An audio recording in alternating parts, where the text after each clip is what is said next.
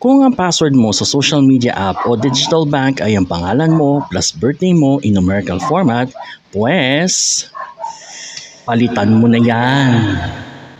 Kung ayaw mong ma-hack na magnanakaw ng pera o private data ang social media o e-wallet apps mo, dapat ang password na gagamitin mo ay at least 12 characters long. Mas maganda kung 16. Dapat magkakahalo sa password mo ang uppercase at lowercase letters, numbers at special characters. At dapat hindi related sa iyo, sa kapamilya, kapuso, kapatid mo o kahit sa mga fur baby mo ang password na gagamitin mo.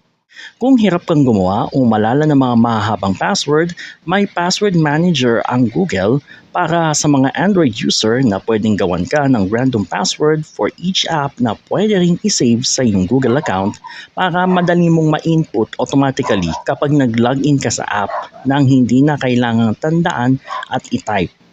May password manager apps din na pwedeng gamitin for iOS devices at kahit sa mga Android users din.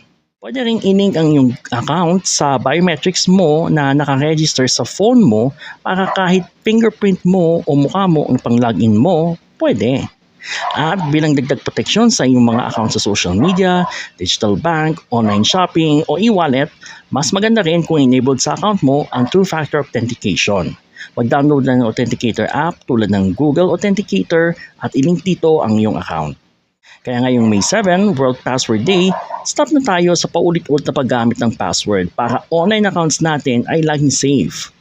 Follow me here for more contents.